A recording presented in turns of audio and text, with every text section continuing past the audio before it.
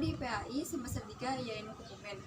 Di sini saya akan menyampaikan mengenai silabus RPP tentang akidah akhlak kelas 8 materi mujizat. Sebelum lanjut, jangan lupa like, komen, dan subscribe. Belum masuk ke silabus RPP saya, mari kita cari tahu terlebih dahulu apa itu silabus.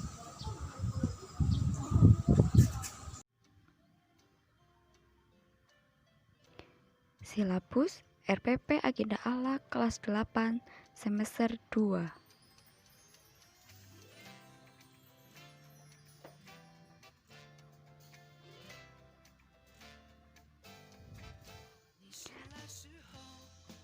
Di sini saya akan menyampaikan apa itu silabus,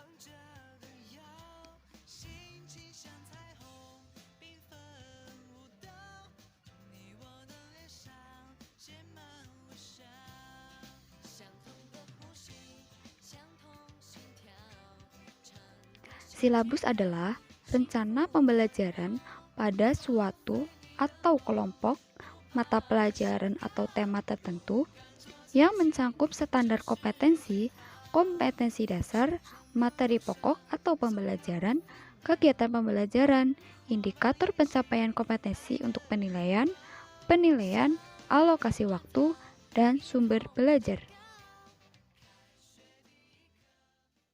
Setelah kita mengetahui apa itu silabus, apa sih tujuan dari pembuatan silabus itu, dan apa manfaat dari pembuatan silabus?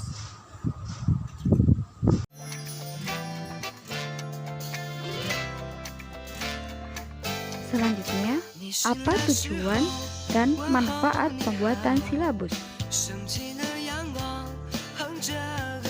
Untuk tujuan pembuatan silabus adalah untuk memudahkan dalam pembuatan RPP. Lalu, manfaat pembuatan silabus adalah silabus bermanfaat sebagai pedoman pengembangan perangkat pembelajaran lebih lanjut, mulai dari perencanaan, pengelolaan kegiatan, pembelajaran, dan pengembangan. Bagaimana sih isi dari silabus itu? Di sini saya akan menyampaikan isi dari silabus RPP saya mengenai mata pelajaran akidah akhlak, materi mukjizat kelas 8 semester 2. Kemudian, bagaimana isi dari silabus itu? Selanjutnya, di dalam isi silabus terdapat 8 poin. Di antaranya, pengenalan identitas, kompetensi inti, kompetensi dasar, materi pokok, indikator, kegiatan pembelajaran, penilaian, alokasi waktu, dan sumber pembelajaran. Di dalam RPP saya, identitasnya silabus mata pelajaran akidah akhlak semester genap tahun pelajaran Satuan Pendidikan MTS kelas 8. Lalu, kompetensi intinya saya menggunakan KI 1, menghargai dan menghayati ajaran agama yang dianutnya. KI 2, menunjukkan sikap jujur, disiplin, peduli, santun, percaya diri dalam berinteraksi secara efektif dengan lingkungan sosial dan alam. KI 3, memahami dan menerapkan pengetahuan intelektual, konseptual, dan prosedural. KI 4, mengolah, menyaji, menalar dalam ranah konkret dan ranah abstrak. Di dalam kolom terdapat 7 poin, antara lain kompetensi dasar, materi pokok, indikator, kegiatan pembelajaran, penilaian, alokasi waktu, dan sumber pembelajaran. Di dalam kompetensi dasar terdapat mengetahui dan memahami apa itu mukjizat. Dan materi pokok dalam silabus saya adalah mukjizat. Indikatornya mengetahui dan memahami pengertian mukjizat Nabi dan Rasul, ciri-ciri mukjizat, dalil Rasul dibekali mukjizat, pembagian mukjizat, perbedaan dan persamaan mukjizat, dan hikmah adanya mukjizat. Untuk kegiatan pembelajaran, terdapat 3 poin.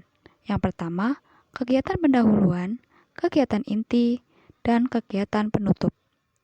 Di dalam kegiatan pendahuluan, di dalamnya terdapat guru menyampaikan salam, menyapa, dan mengecek kehadiran peserta didik, berdoa, dan melakukan asesepsi.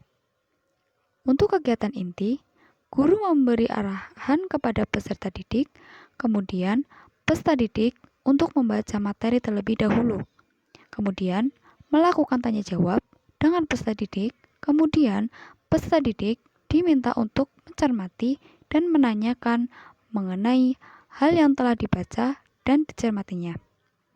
Selanjutnya, secara kelompok, peserta didik menggali materi tentang mukjizat Rasul dari berbagai sumber, buku, jurnal, internet, media elektronik, ataupun cetak.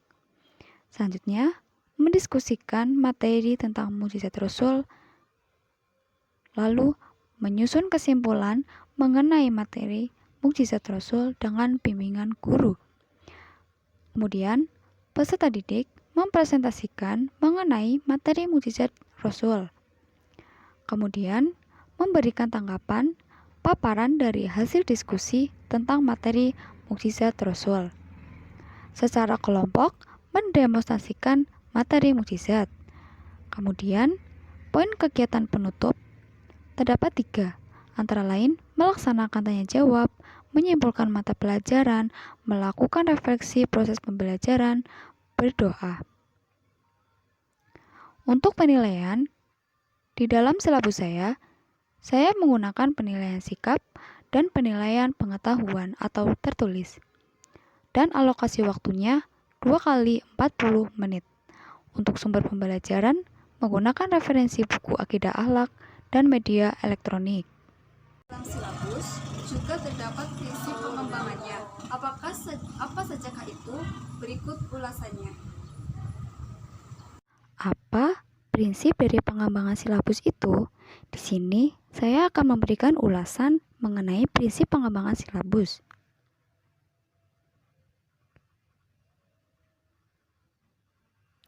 Prinsip pengembangan silabus memiliki sifat yang sistematis.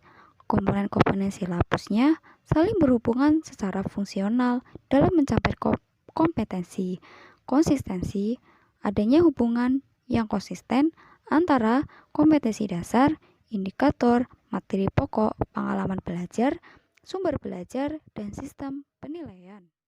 Demikian hasil pemaparan mengenai silabus RPP Akidah Akhlak kelas 8 semester 2. Kurang lebihnya mohon maaf, semoga bermanfaat.